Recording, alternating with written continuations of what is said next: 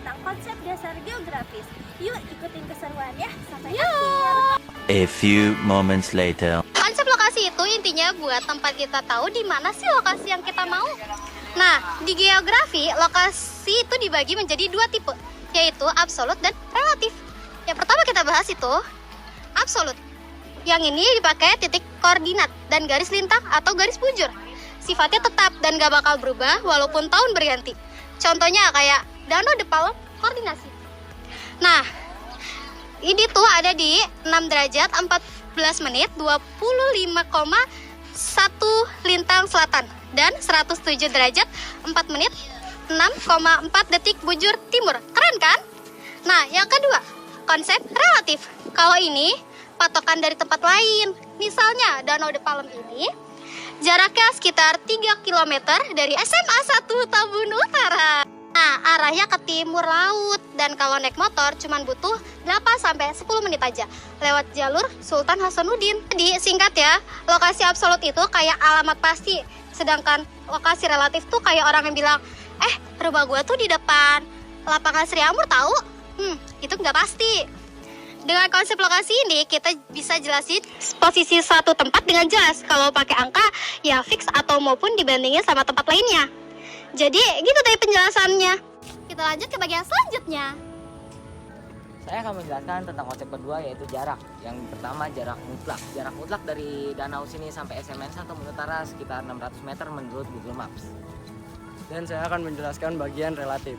Waktu yang dibutuhkan dari SMN 1 Tambun Utara sampai danau ini membutuhkan waktu 5 menit. Keterjangkauan Danau Perumahan Palem. Dari pusat Bekasi kota itu sekitar 25-30 menit menggunakan kendaraan pribadi atau ojek online melalui jalan raya Babelan Tambun. Tersedia juga jalur angkutan umum di sekitar Tambun Utara. Namun, menuju danau biasanya memerlukan sambungan kendaraan pribadi atau ojek. Dan dari area sekitar Sriamur sangat dekat, 5-10 menit berkendara dari desa Sriamur ke danau.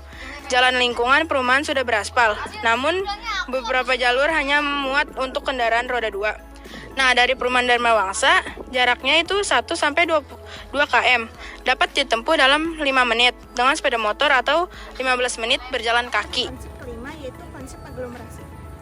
Aglomerasi adalah pemusatan kegiatan industri, perdagangan atau jasa di satu wilayah untuk mendapatkan keuntungan bersama seperti efisiensi biaya, kemudahan akses, dan pertumbuhan ekonomi. Contohnya di Tambun Utara, Bekasi. Banyak pabrik dan gudang dari berbagai sektor, logam tekstil, percetakan yang berlokasi berdekatan. Pemusatan ini memudahkan distribusi berbagai infrastruktur dan memicu perkembangan ekonomi lokal, meskipun berpotensi menimbulkan kemacetan dan tekanan lingkungan. Konsep kelima yaitu interaksi dan interdependensi. Interaksi danau ini dengan para warga yang ada di sekitar sini adalah danau ini menyediakan tempat penampungan atau hulu untuk para warga, sedangkan para warga di sekitar sini merawat ekosistem yang ada di sekitar danau. Materi tentang diferensi area. Nah, lokasinya danau ini adalah berada di kawasan perumahan De Palem, Desa Sriamur, Tambun Utara, Bekasi, Jawa Barat, dekat permukiman padat dan area jalan lokal. Nah, perbedaan dengan danau lain adalah berbeda dengan danau di daerah pegunungan atau pedalaman yang jauh dari pusat permukiman. Nah, asal-usul Danau De Palem ini adalah danau buatan, guys. Kemungkinan sebagai kolam retensi atau penampungan air hujan dan bagian tata ruang perumahan. Nah, kalau bagian perbedaan dengan danau lain adalah danau alami, seperti Danau Maninjau terbentuk akibat proses geologi vulkanik. Fungsi utama dari danau ini adalah pengendali banjir pastinya, penampung air hujan, elemen estetika perumahan, dan tempat rekreasi warga seperti memancing.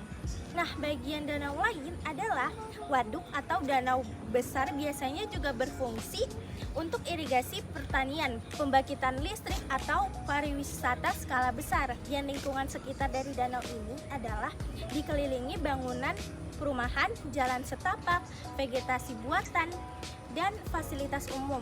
Berbeda juga dengan danau lain adalah danau alami biasanya dikelilingi oleh hutan, kebun atau lahan pertanian alami.